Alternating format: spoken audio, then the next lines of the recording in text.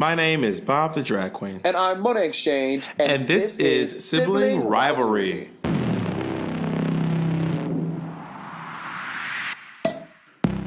This week, I try to convince Monét not to send nudes. We interviewed Aja. And we find out what made Monét say this. What the fuck is that? No! All right, Monét. What are you laughing at? I love you so much. Monét, how are you? I'm good. How are you, girl? Good. You are so crunchy. What have you been up to? I have been living my life on season 10 of RuPaul's Drag Race. I brought a surprise for you today. What? What is that? Food. Oh!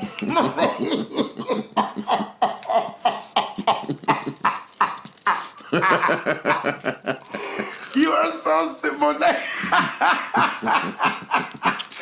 Monét, you cannot do that the whole podcast. I'm not gonna chew. I'm just gonna let it melt. That is some bangy ass shit. Hood bitches love ice. Nobody knows about hood bitches, but hood bitches love crunching ice. Monét, am I lying or am I telling the truth? You telling the truth, girl. Hood bitches be like, well, I just love ice. How was your first drag con? You had your very first ever drag con. Oh my God, can I just tell you, it was a lot. It is really cool to be in the space with all the fans and they're and the fact that they're willing to stand in line for hours. Yeah. Or if you're someone like Eureka for minutes to see you, you know what I mean? It's really, really, really cool. And is that shade because Eureka has a small line or Eureka can only stand for minutes? Because that could have been double shade. So it's really cool to have that experience to drag on and also to have all these queens who have been on the show in the same room. And I've never been to drag con before. I never participated in one. I never went to one because in the New York one we left the day. We left day 2 of DragCon, so we literally, we were not allowed to go to DragCon. They were like, you cannot go to DragCon when they had the first New York one. So I've never been. So I didn't know, girls would, run to, each other's booths and, take pictures and, it was, really cool. Well, unless you're Asia O'Hara and Eureka O'Hara and you do not go to each other's booths to take pictures. That was we are not going to skim over that controversy that happened. There was Asia was some people just can't be bothered to take pictures with their sisters. And then I was watching that and I was like, girl, this does not sound likely. It doesn't sound, I don't imagine that's what happened. And then she redacted her statement. She did redact her statement, and fans were obsessed with all the drama that we had around DragCon. 9 things popped off. It was the Asia thing, and then something else happened. Well, Tyra was gonna kill everyone. Or yeah, Tyra was gonna release her debut single, Boom.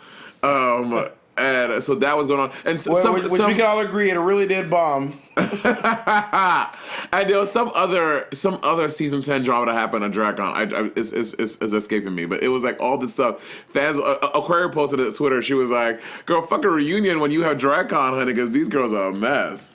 Yeah, it was stuff, and then it was Acid Betty versus Bianca Del Rio. Right. Because Acid Betty was like, "You shady queens, you say you're here for the fans, but you only you take a 2-hour break." And you show up at noon, and then Acid Betty was like, bitch, you have not done a drag con in 3 years. You sit at a table for 2 hours signing a book no one wants to read, and you think you know. That is what Acid Betty said. I said, work, or you better get your life out of it. Yeah, Acid Betty was going in. And TBH, she's not completely she's kind of right. A lot of you guys have done every drag con that has ever happened. Y'all are there for 2-3 days, sitting down at your booth, meeting fans for hours and hours. And who cares if some people need to take more breaks? Other people work differently than others. Just because someone takes more breaks than you doesn't mean that they're working less or that you're working more than them. People just function differently. So I wasn't really feeling Bianca trying to shade other queens for taking breaks and stuff like that because people just work differently, you know? So we got some sad news, Mo. It was the time finally came for you to sashay away. How did that feel for you? You know, honestly, I will say I was at peace with it because like I've been doing really well on the show. Our fans have felt for like 3 or 4 challenges that I've been robbed, that I should have won. They've been rallying behind me, and this past one, I think we all saw that me leaving wasn't really justified because I did a good job in the challenge, and it did feel kind of random and out of left field. So honestly, I felt like I did a good job with the challenge. Like I was at peace with it. I feel like when you leave the show and you have to sashay away, and you know that you could have done better, that you did not give your all, and there was something else you could have done to maybe save yourself, then it's one thing. But when you do a challenge and you're like, oh, I did a really good job at this, so. I'm really at peace with it, and I think that I turned it out, and I can just hope to go back to All Stars for whatever season, and hopefully be the first Black All Star, because that's even more iconic than being some raggedy ass bitch winning season 10. Was that shade to whoever wins season 10? No. Well, I mean, you did a good job. I'm proud of you. You were amazing, and I will say I do think that you should have won the old lady breast world challenge. Thank you. People think that I should have won the share challenge too. I know you don't like the runway, but I liked it. I think it looked good on TV. And who wrote breast world? That was just horrible. I want to say it was Only Productions thing. They did it. You are up to your elbows and shit. Speaking of Only Productions, we help you do your music video, which everyone can go check out. Soak It Up on YouTube. So good. It already has so many views. It's crazy. You are so ridiculous. So above everything else, you guys have to go check out Soak It Up on YouTube. And there's a surprise guest. I know. What can I say? Quick. How did you feel about your own sponge moment? Okay, that sponge outfit is so ugly. You know I do not like the sponge dress. And Domino Couture made a fiercer version, but it's still a fucking sponge outfit. You're fucking welcome to the dynasty, bitch. And then Monét is so bougie nowadays. When back when I knew Monét Exchange, she used to make her own poofs. Monét is now outsourcing her poofs. She didn't even make it. I'm not outsourcing it. I just went to the beauty supply store and I got a little ponytail moment.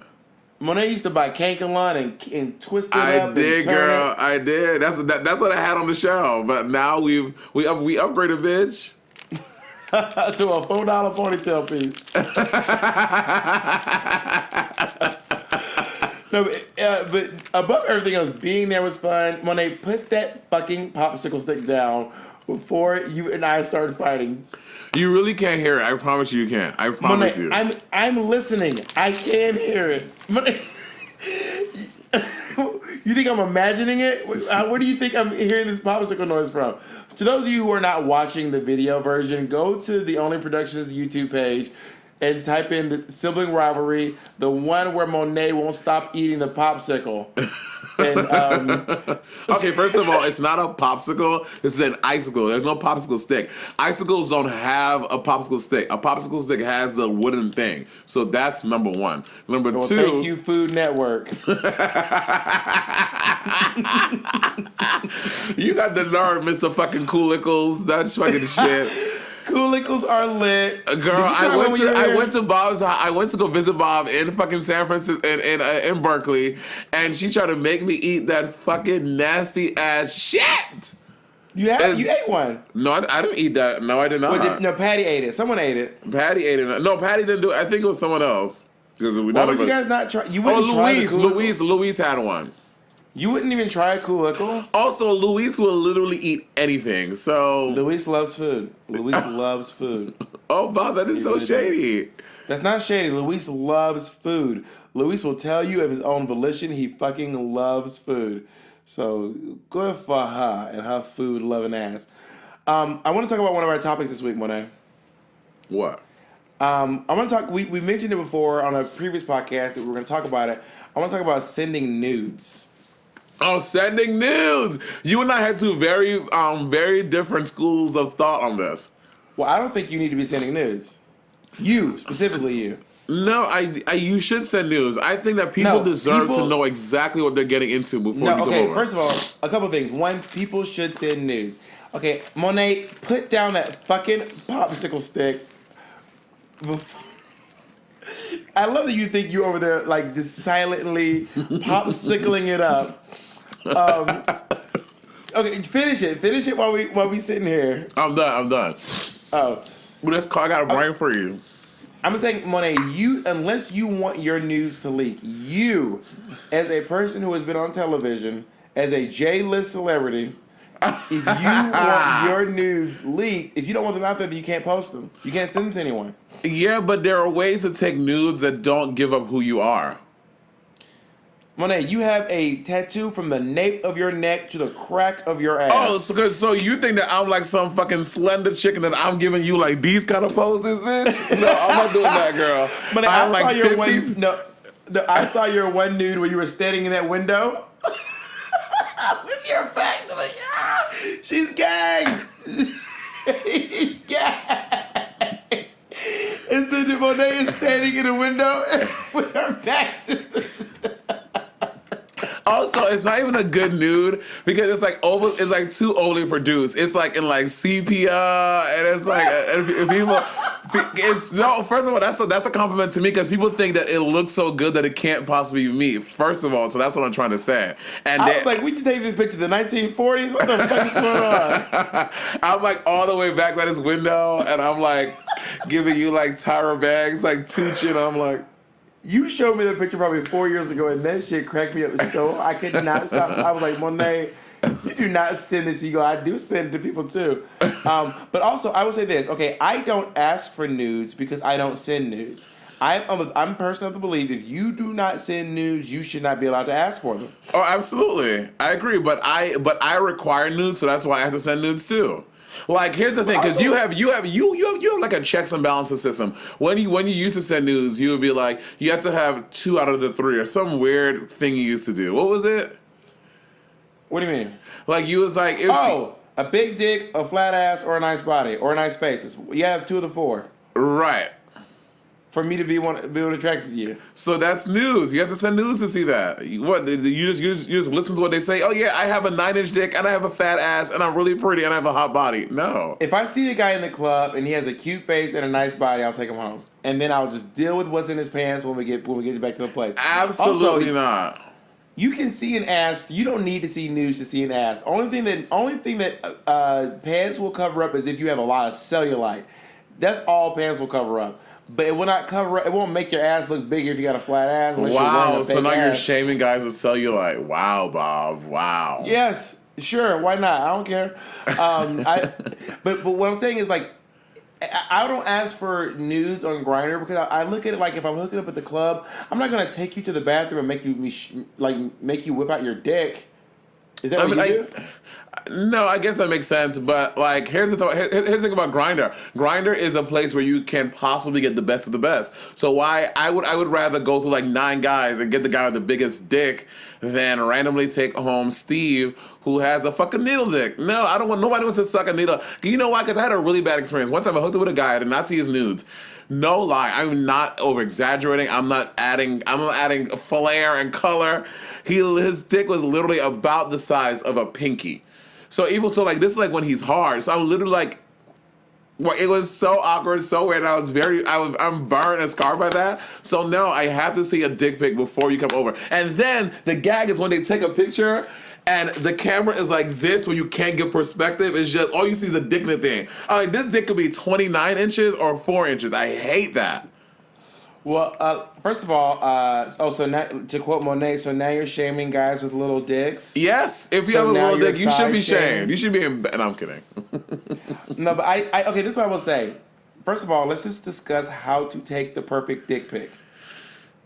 Okay. I know the technique, okay? Okay, first of all... No, your technique is not... this is such a weird technique. This is weird. I'm telling you, this technique is amazing. You can send them to me do this technique, and then send them to me on the DMs and Instagram, and I will rate your dick pic on a scale of 1 to 10, all right?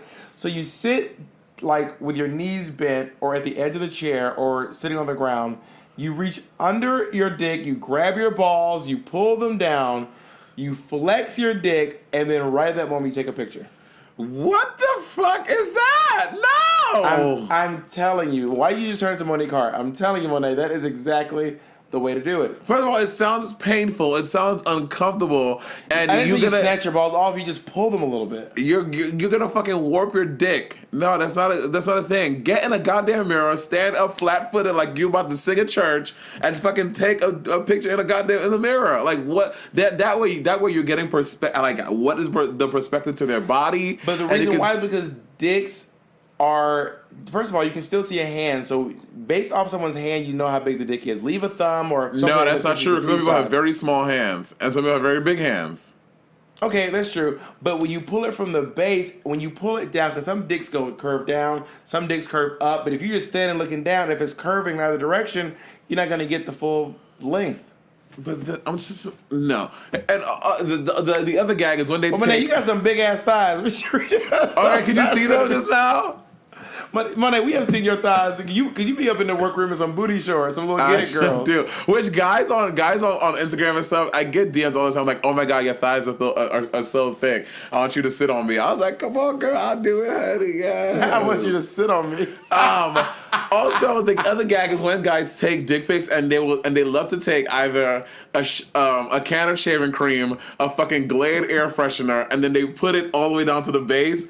But they have it like under their balls, so it looks like the dick is past. It grows. I'm like, girl, that's not. You can't take a dick and push the ruler under your balls. Yeah, I'm like, look, it's 12 inches. No, it's not. It's about 5. I'm gonna tell you, when you fucking with someone who's got that dick game, anyone who puts a remote control in a dick pic, that motherfucker is gonna ruin you.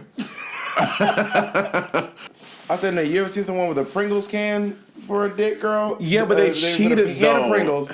They push it into this. You can see the fucking thing make it. They're like, look, it goes like they try to cheat it to make it seem so big. They carve a hole into their body and shove it in. Very death becomes her. So I have 2 dicks here. Okay, now I don't use these recreationally. These are given to me and Sherry Vine at a thing we did. These are 2 cocky boy exclusives. I use them professionally, not. All right, so who's who? This is Liam Riley. Do you know Liam Riley? Shangela's drag daughter. Thing. Hold it down so I can see. I'm on the other camera below. There we go. See, now if you're taking a dick pic, right? This is what dudes do. They take it and they're like, look, see, my dick is bigger than. It's like that's not real, girl. This is what it really is. They're like, look. I'm like, no, girl, that's false. That is fake fucking news. And this I want Liam Riley to send me a dick pic. I want to compare. I want to know if this is the truth. Oh my god, they stick together. And who's the other one? This is Levi Carter. You know Levi Carter? He's hot. He's like Peruvian. The one with the he got that yes. Yeah. What do you call it? The heart tattoo? rate monitor. The heart rate monitor tattoo. Yeah. Yeah, he's really cute. Hold on low so I can see him. Work. Liam dick that fat? Liam Riley? I mean, it's allegedly. Oh my god, he has a big old urethra. This urethra is everything. Yes, urethra. You know he's doing drag. I think his drag name is Urethra Franklin. Urethra O'Hara. You got a fat urethra? Call yourself Urethra O'Hara. Urethra, we found it.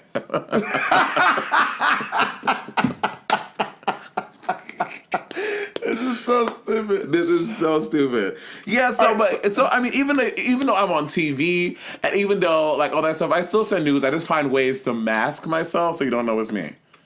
Well, just so everybody listening, Monet has a tattoo of a bass clef on her left arm. Oh my god! Monet Exchange has Arabic down from the nape of her neck to the crack of her ass, and it says, "What other people think about me is none of my business." And Monet has a bullet wound on her left thigh from when she got shot in middle school. So if you see any of these things, that is Monet Exchange. But the truth is, too, honestly, I have way too many tattoos to hide. Yeah, you have way more tattoos than I do. Only place, I mean, from the chest down, I don't have any. No, I have a duck on my thigh. You do. I have too many tattoos. I can't You're do that. I riddled can't with tattoos. Also, I am not. I can be like, that wasn't me. That's someone else with a Whoopi Goldberg tattoo on their right arm. I would also. I'm extra. I would go to Facetune and edit my tattoos out, so then that way they will really be fucked up. They'll never know. Two-Face, bitch, I'm gonna send my photos to Is That JMA to do a full resurfacing, bitch. I should start doing that. Sending them to James so he can like edit out my tattoos. Girl, he wouldn't do the whole thing. I don't even want to recognize my own dick when I'm done. Also, that's a new thing. Guys putting their dicks in Facetune and they're making they like, you know how you can like use Facetune to like contour your body, like very like a la Coco Montrese. Guys are doing it and they're like elongating their dicks on fucking Facetune. Dicktune. That's our new app. Dicktune. Oh my God, Dicktune! Mitch, copyright it. We gonna start our app. Well, I'd say, you know what I think we should sell? If the Squatty Potty can be a big deal, we should sell toilet seats that are completely made of sequins called the glitter shitter. Tell me that is not... That's gonna dollars, fit. honey. I think that's a thing already, though. The glitter shitter? Like toilets that they have like glitter in the porcelain. So like you Let me tell you too, a big reason why I'm not here for the Squatty Potty, which is literally a footstool with a fucking half circle carved out of it. The Squatty Potty, when they put the dicks down, the Squatty Potty is the Snuggie of this new generation. The Snuggie is literally just a backwards, it's a robe turned around. Oh, did you type the glitter shitter? And you typed in glitter shitter? Yeah, they have them already. Yeah.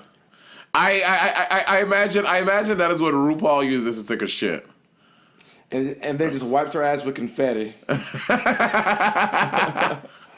So, Monét, who are you rooting for now that you're gone? I am, of course, my girl, Miss Cracker. Cracker and I have worked together for a very long time in New York City. That is my girl, my sister, my confidant. And also, the show did not really show how close we were on set. Like, Cracker and I were constantly at each other's stations. Did I tell you that when I never told you this, when I was in the bottom for the second time in a row, when I did the Mayhem lip sync, after that was done, like, I was drained. I was like, I suck. I'm the worst drag queen in the world. Like, just call me Pixie Aventura. I'm horrible. Oh my God. That is so rude. And then so I was like over it. Like I didn't even want to go back and film the breakdown for the next week because I was like, ugh, I'm just over it. And then Cracker like took my hand and we walked over back to the workroom together to film all that stuff. And then when cameras wrapped and it was just us, I'm just getting ready. I'm like putting my shit away at my station, like kind of like down, and then Cracker comes over with 2 huge sheets of paper and she wrote out 10 things I know about Monét X Change. And it was like 10 things that she loved and adored about me and admired about me. And I was like, oh my God, I love Miss Cracker. Yeah. She definitely does not get her her humanity from her mother Bob, because this is very sweet, very nice. It was really like the kindest thing I've ever. It was very sweet. For those of you not watching the video, I just gave Monét a very shady face. No, Cracker is really brilliant, and Cracker also has a gift for writing. Really, she's a great writer. First of all, yes, right. And Cracker used to every once in a while, Cracker would just mail me a postcard. She lived. I remember. Yeah, Cracker lived a solid 10-minute walk from where I lived, but she would just randomly mail me these postcards. She would draw these pictures on them and write these really just brilliant, funny, smart, clever things. So I hope that the fans get to see how great of a writer Monsieur Cracker truly is. What did you think about Rue telling? I think the Breastwell episode, Rue telling Cracker that she isn't like emotionally accessible, basically, in the competition, and that's what's holding her back. Well, I mean, if Rue isn't feeling like she has access to her feelings, then that's Rue's truth. You know what I mean? And Rue doesn't get to see what the girls do in the work in the interior, or no, what is it? What objects? The objects, furniture, whatever the fuck. Yeah, the objects of IKEA lounge. Rue doesn't get to see that stuff. So for Rue, maybe she is cold and she isn't really sharing her emotions, but she's in the back being like, I don't even love myself. My mom's gonna be blind in 3 days. But Rue doesn't hear any of that. Yeah. All Rue hears is her cracking jokes with Christina Aguilera, you know? Yeah, that's true. As someone who's known Cracker for her entire drag career, do you feel like Cracker can be cold, or do you feel like Cracker isn't emotionally available? No, Cracker goes to humor, and then she'll go to humor, and then she'll go to humor, and then after she's gone to humor 10 times and no one else is laughing, then she'll discuss her emotions. That is so true. Like, she'll make a joke, and then we're laughing, and the laugh just dwindles down to, like, Caitlyn weeping in a corner, and then when Caitlyn starts crying, Cracker's like, maybe we should discuss the issue at hand. Let's talk about the elephant in the room, Eureka. I'm so shocked that there was a moment where someone said, let's discuss the elephant in the room, and no one said Eureka. I cannot believe you guys are that mature. Okay, Bob, you've done this before. You know that it was a really intense time. It was like the emotions were high. So why you know how it is, girl. You're not even thinking clearly. Somebody's about to pack their bags and go home. Speak for yourself, Bob. All right. Okay, so I'm rooting for Cracker and either Asia or Aquaria. Aquaria because New York City, and I love how throughout the season we've kind of seen Aquaria discover how aloof and how she can't really talk, and it's really endearing, and it gives her more personality, and it gives you a little access into this fumbly, stumbly 21-year-old kid, and I think it's really endearing. I think Asia has had a roller coaster of emotion during the show, and her journey has been really crazy. So I really. You remember the episode she was mad at y'all because she made y'all's outfits? But that's the thing. She didn't make all of our outfits. Asia would be like, I would be like, hey, should I use a top stitch here? Top stitch. You know what I mean? Asia wasn't sewing things gown. Right. Well, she did help Monique. She made Monique's outfit. That I will say. I still cannot believe Monique had the audacity to show up to Drag Race with a suitcase full of fabric. The nerve. Girl, I know. And then say I had the money. It's like, well, bitch, you had the fabric. Why you sew it at home? I don't get it, girl. And then people will come from me, they're like, Monét, you said, how dare you tell several pussy up and she doesn't have the money. I'm like, yeah, but she had the fucking fabric. That's what I'm saying. You have the fabric, you have the machine, you got the same wig I got, you got the same dress I got, then shut up. Anika Nunny Rose, that hoe. We're going to have, speaking of which, we're going to have Monique on our podcast next week. Yes, we're saying it now, so it has to come true. So if we don't have it now, call us live. We have not lied to y'all yet. All right, except Bob has. Anyway, that's not even true. So, just so you guys know, we do have an interview coming up with Aja. Aja has released her new EP, In My Feelings, which she did with Mitch Farino, our producer, and produced her EP. And there's a great video online right now. It is called Brujeria. I always say it wrong. Brujeria. Not Brujeria. Okay. Brujeria. That's the name of the video. And Brujeria. And of course, check out her last video, Finisher. And let's give Aja a quick call. Okay, let's do it. All right.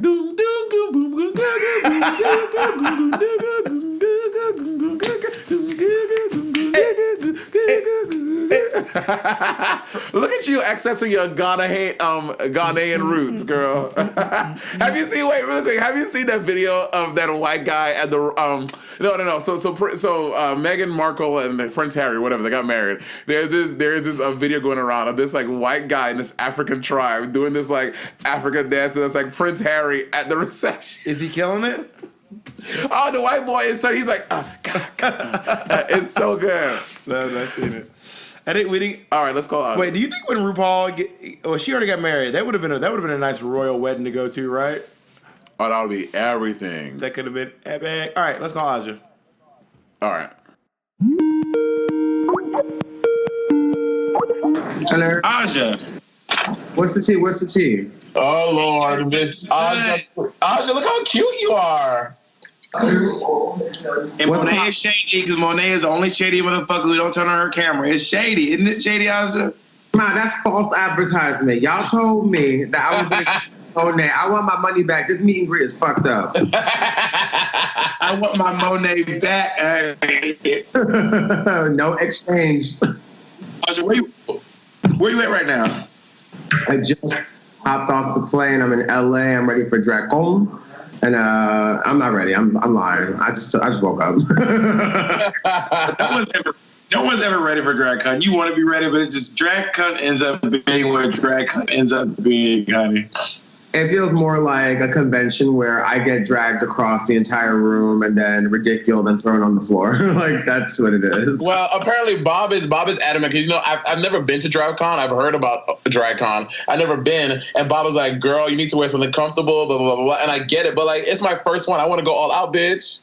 Yo, you want to know some fucked up shit? I thought in New York DragCon, I was like, you know what? If I wear some, like, little, like, platform flats, I'll be so comfortable. Bitch, I don't know if gravity was against me, but my feet, the soles in my feet left. Word. That's by some demon because my feet were in pain. And then I wore a heel the next day and bitch, my feet were fine. Really? Drag done fucked up my whole body. But you also have big old feet like me too. I didn't know you had big feet until I was talking to Candy Muse at Pieces, and we just ended up talking about. I think we just randomly started talking about shoes, and I was like, "Yeah, girl, it's hard to find shoes." She's like, "Yeah, you and Aja." I was like, "What do you mean, me and Aja?" She's like, "Aja got big feet." I was like, "How big Aja feet?" She's like, 14. I was like, "What?" Me too. I'm 14. Girl, on All Stars 3, all them bitches had big feet. It was me, Milk, Trixie, and I think it was Chi-Chi. We all wore size 14. Word. I'm a size 9. Bitch, yeah, right. Seeing me? I buy my shoes just from anywhere. Just like I just walk into a store and just never have problems. Can I say being a big, like, we all have big feet, and when you see like these other girls like Miss Cracker and Aquaria with like ugly shoes, I'm like, bitch, if I had your shoe size, you could not tell me shit. Oh, you also, know, Monét, okay, I have big feet. Monét, you have monster feet. Monét's feet are huge. Monét's feet like baked potatoes. Big, like round. Aja and I have the same size feet. But yours are fat. You got like, it's like a baked potato with some olives stuck on the end for toes. Like just big, round, you have shoes. No, my feet are more like, it's like my feet are like a size 10, but my big toe is a size 14. That's the problem. It's always that fucking... I can't. No one tells you this either, but drag changes the size of your feet. My feet have shrank since I started doing drag. Mine have shrunk a little bit too, actually. I don't know what fantasy world y'all living in because I feel like my feet got bigger. So at first I was a size 14 living in a size 10 world. Word. And now I feel like I'm a size 16 at heart somewhere, somehow. I feel like me and Eureka could share shoes now. Oh, bitch. Okay, now Eureka is another motherfucking echelon, bitch. She got them fucking Eskimo feet. But, man, those are not even shoes. That bitch wears canoes as shoes. Yes, girl. Eureka, you don't realize Eureka is a humongous person. Yeah, people like don't shoulder to shoulder, front to back, up and down. She is a huge person. Yeah, Eureka is huge. She really is. Like when I first walked in the workroom and I saw her and I was standing next to her, I was like, oh my God, I knew you were a big girl, but like in real life, you are on TV, you are definitely not made to scale. Somebody needs to put on TV, they need to put a fucking quarter next to that bitch. You can Oh my God. She looks really short on TV, but when you see her, then you're just like, oh, it's the Golly Green Giant. Work. Let's talk about. We need to talk about your EP. Yes, good. I said, come on, Aja, dropping an EP. The kids are like stunting because it's like they're freaking out. First of all, your song "Finisher" was a really big hit. It got so many views, and so it is everybody's workout jam. How many people tell you I work out to Finisher all the time at the gym? Oh, yeah, I'm just like, Finisher is the perfect song to get your fragile masculinity out and just, run on a treadmill, running away from all your problems. Like, your face right now. People are always like, I listen to Finisher at the gym, and I'm just like, wow, like, are you like kickboxing or something? Because that song is so aggressive. I can't imagine. Imagine somebody's like, I listen to Finisher while I do yoga, and it's just like. My favorite quote was, you know that point when you turn to the camera and go, ha! The one of the comments says, "Why does Aja sound like Jack Black?" You heard that comment? Jack Black. Who is that? The man from School of Rock? Yeah. We're gonna edit in the sound of Aja going, ha! No, Aja, I would say, first of all, so the song is already dope, yeah, but the video is fucking everything too. You in that cunty ass outfit on the couch, just giving me like words and mouth and gaggery, and also you are one of the girls that you have acrylics on, so it just adds like that extra punch on every like bangy ass motion you do with your hand. It like turns me out.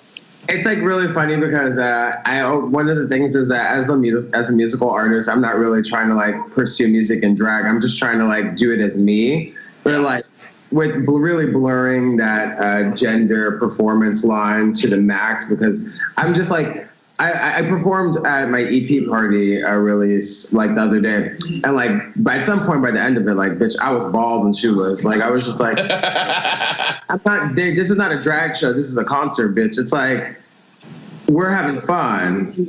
So like in the video, it's always funny, like when me trying to like give that dichotomy and give you that other POV that's more me out of drag, and then it's just like boy, nails. Oh, girl, I live. I think you had a challenge too, because Finisher was such a great video and it was so well received, and then you released your other video, Brujeria, girl, which Brujeria. is just is it Brujeria? I see. I'm not like Brujeria. Brujeria. Brujeria. Brujeria. If you live in Bushwick. Pronounce it for me. School me real quick. Pronounce it. Brujeria.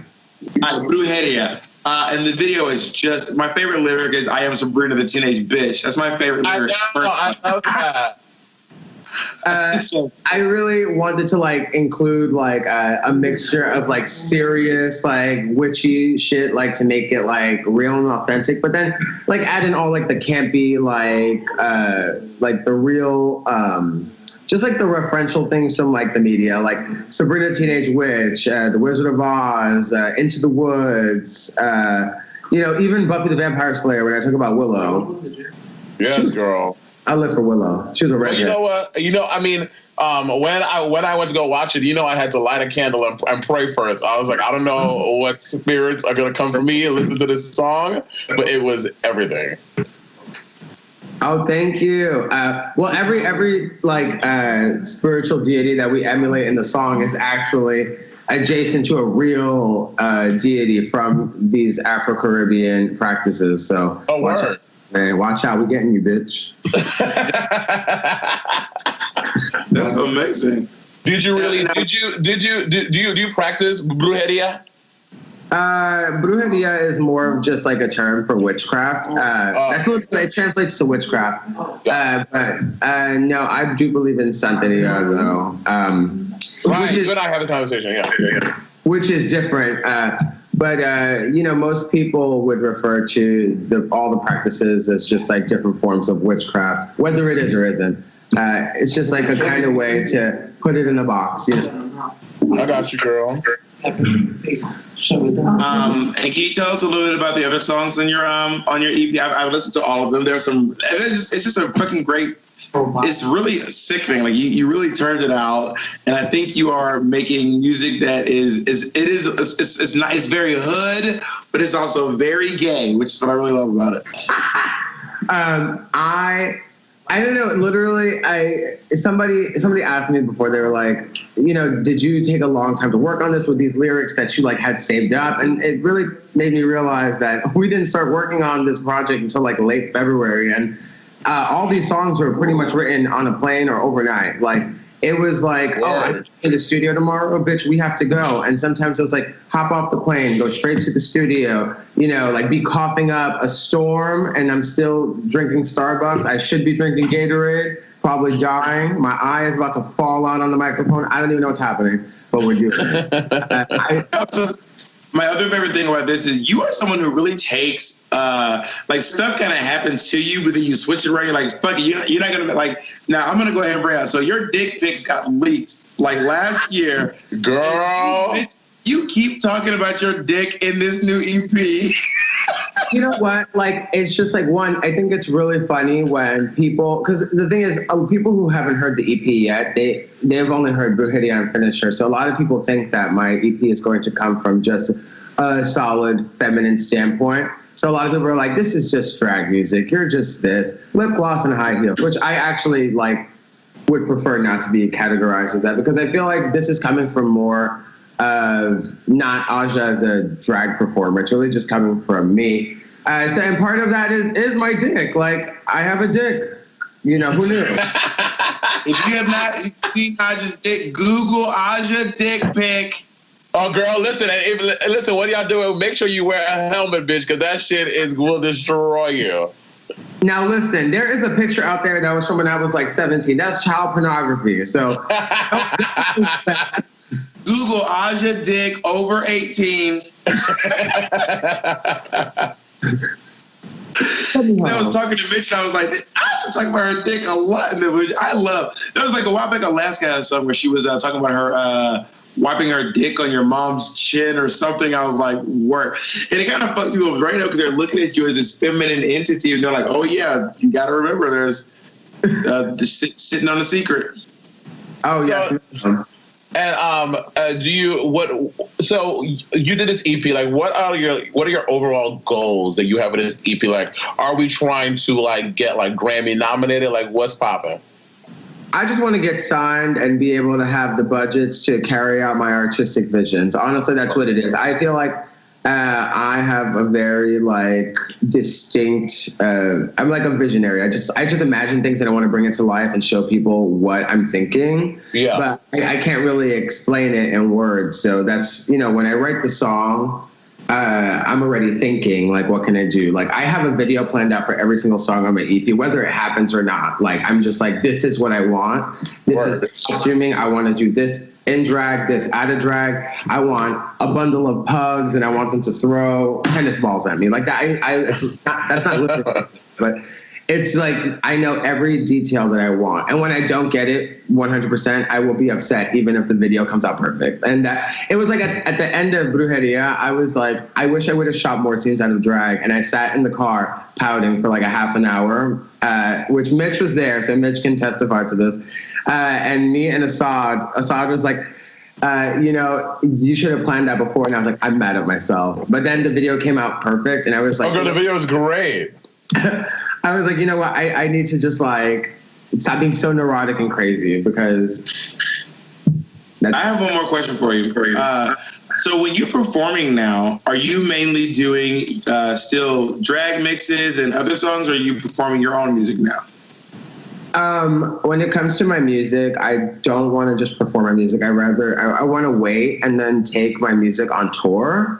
As a musical act, because I feel like it's not this. I just feel like me performing my music is not the same way as me performing like in drag. Which also I kind of found myself straying away from just doing like mixes or like much tracks. Like for me, it's literally been like doing burlesque or performing rap. That's literally what it's come down to, and it's just all I want to do. I don't know. I've kind of lost so much passion in just being a great drag queen, and I just want to be a very flamboyant version of myself. If that makes sense. That makes sense. Yeah, doing Drag Race and then coming off Drag Race and traveling, it really changes your perception of how you perform and your performance and stuff that you would have done like 2 years ago. You're like, now I wouldn't even do that. Yeah. And then maybe it'll look back around. It's always, artists are always evolving no matter what. You know what I mean? Yeah. So I have a question. So going off of All Stars 3, I mean, it is no secret that you went into All Stars 3, guns a-blazing, and you fucked the shit up. You flipped the game on his head, and you really, like, rejudged yourself and your drag, and you, like, turned everyone's pussy out. Like, what was your thought process, in going into All Stars so soon after your season? So, you know, When I went into season 9, I was just not in the best place in my life at the time, but I took on it knowing what the repercussions would be. And I felt like I had to make the sacrifice of not being able to do my best, to end up getting to a better place. So for me, it's like, I feel like it was, once I got off season 9, it was all mapped out. And it was like, how can I'm home. How can I promote and market myself as if I made it really far in the show so people would like me? So I changed up my style, made everyone fall in love with me, made everyone think I made it far in the season. Season comes out, people are utterly disappointed. How can I flip their vision even more?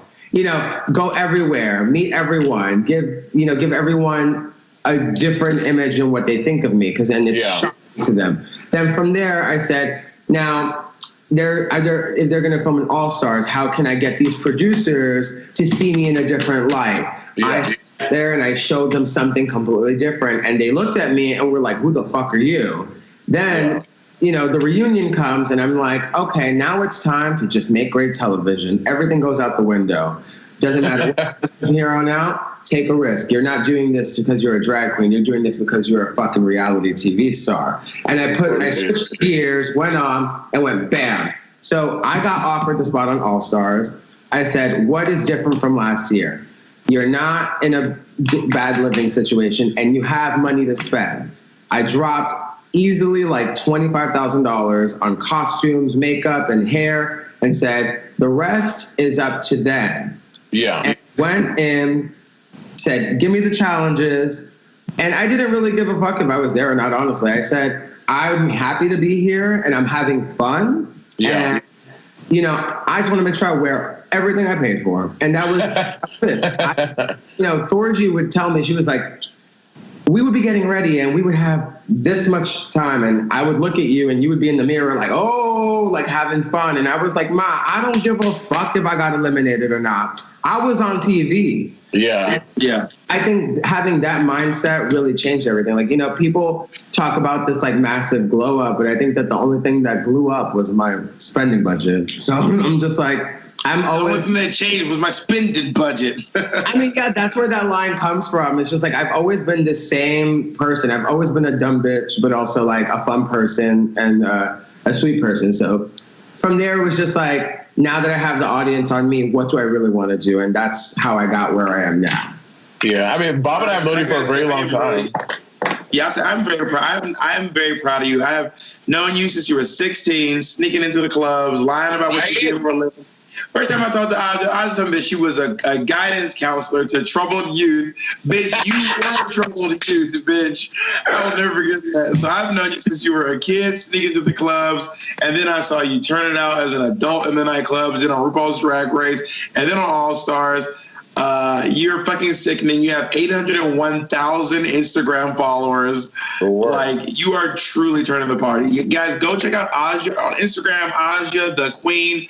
Check out her brand new video, Brujeria, and on her new... No, Bob, it's Brujeria.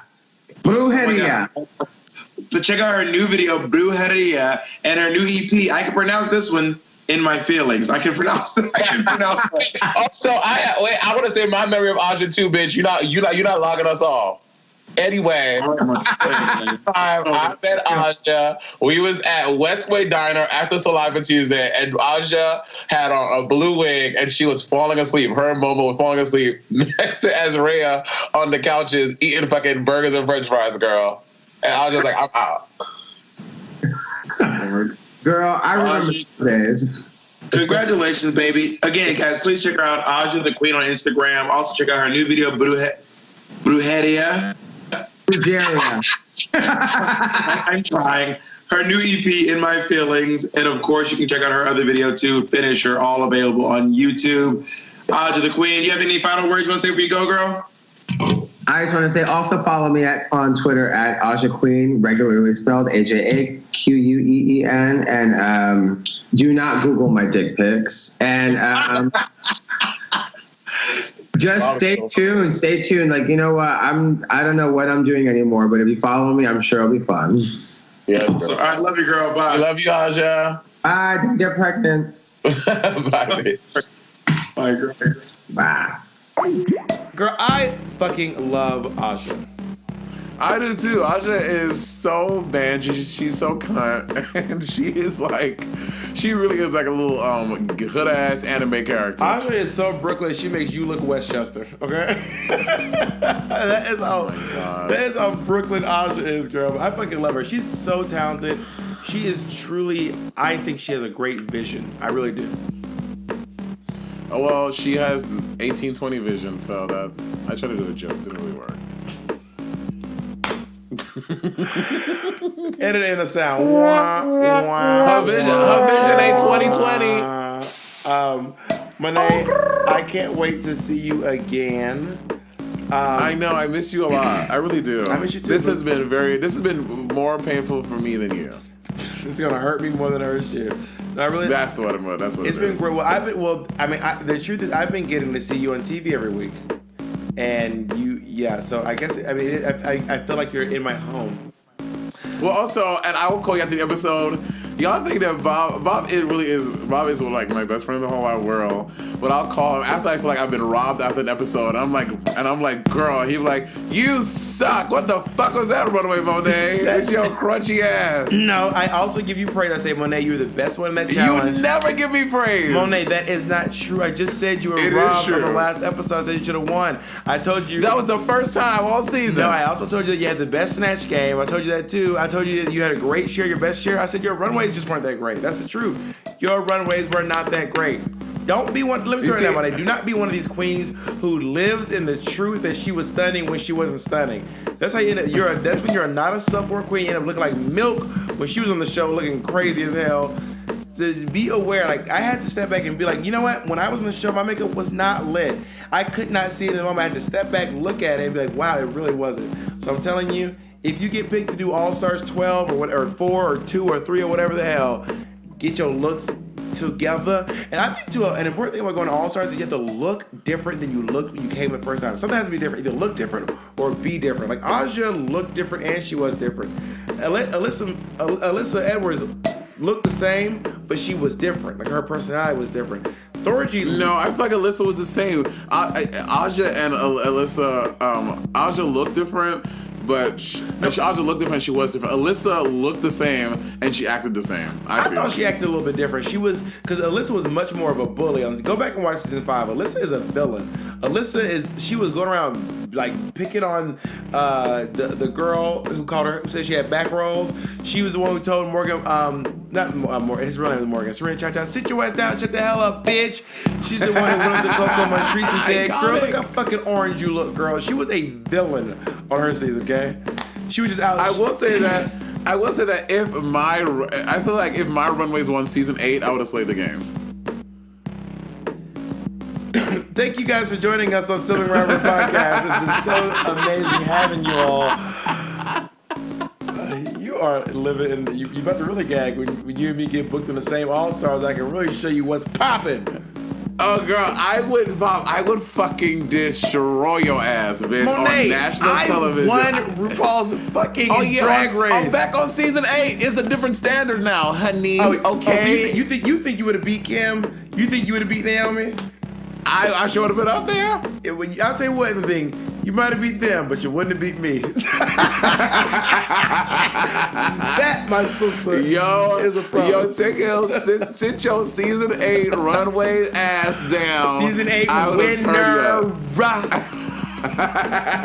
Bitch. Do you know who else is a winner? But he's really a loser? Donald Trump. Yeah, well, this is different. This is all. Look at right now. You know how many winners of Drag Race there have been? 9. You know how many presidents there have been? 47? 47. Okay, also, the presidency, that's like a 200-year tradition, bitch. RuPaul Drag Race is 10 years. You don't know. So that. Honestly, doing the math, if you calculate the velocity of how fast we have Drag Race not velocity. If you calculate that, then RuPaul Drag Race is crazier than the presidency. Yeah, there have been more. In the time that there have been Drag Race, there have been more Drag Race winners. One of my friends was talking about someone winning an Oscar, and he was like, saying something about you couldn't win an Oscar or saying something. someone said, I was trying to talk about respect, and I said, what's the difference between me and Leonardo DiCaprio? And he goes, Leonardo DiCaprio won an Oscar. And I said, yeah, bitch, and I won fucking RuPaul's Drag Race. And I promise you this, I would win an Oscar before Leonardo DiCaprio won RuPaul's Drag Race. That I fucking promise you. I have a much better chance at winning an Oscar than Leonardo DiCaprio has a chance at winning RuPaul's Drag Race. You know how many Oscars they give out every fucking year? You know how many Drag Race winners are? So y'all, this and anyone who knows Bob, that is such some Bob the Drag Queen shit. Like the way that you figured that, like that is if I could define you anyway, it was that moment right there. That whole thing. It's true. It's true. That is so you. I can't. Right, Mitch? Oh, that is Bob Logic, the house down, boots, mama, kiki, kaka. And it's true. All right, Mike, this outro has been forever long. Oh my God, we need to wrap it up. Monét, I love you very much. And love you, sis. No, we're not fucking. And then you got Monét, the crunchy you said you gave kisses. in. Last time you said you conceded. You remember you admitted you were conceded? Well, all right, we'll change it. We still to figure it out. We'll change it. All right, love you, sis. Love you, bye, boo. I'm hanging up. Goodbye. Sibling Rivalry is proudly presented by The Only Productions. We'd like to thank you, our listeners, for tuning in each and every week. Well, the weeks when we actually post something. We simply cannot do it alone. So a big thank you to our lovely guest, Aja. And a big thank you to our executive producer, Mitch Farino. Thank you so much. Peace, guys. Mwah.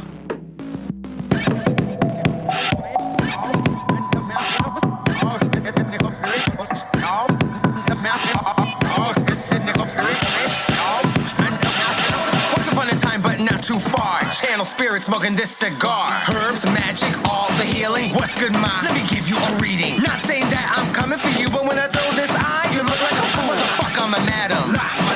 Don't get me started on all your drama. Something mysterious, not from hell. I'll make you twitch. Let me cast a spell. Salty skin mist, hot caramel, brown sugar princess, ringing the bells. Look like fish. Twirling on these hoes.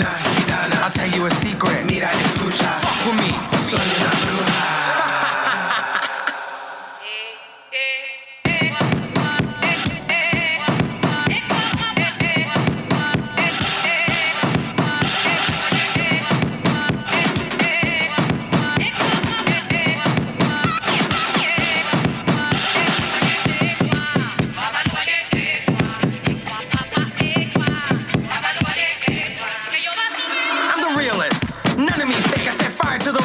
At the stake. Scared? Let me tell you a story. I don't need blood to get really gory. You feeling insane? Got you losing your brain? Hallucinating that you're feeling this pain. I see these smiles turning into frowns. I'm biting these bitches, Nancy down. Scratch that. I'm a metaphoric demon. My bars come in packs, attack like a legion. Well protected. Spiritual condom. Throw you a pity party. That's modeling. I'm that bitch. I cause paralysis. Got eyes hitting back. Sleep analysis. Dangerous. Don't need no gun. Twisted cunt. Speaking in tongues.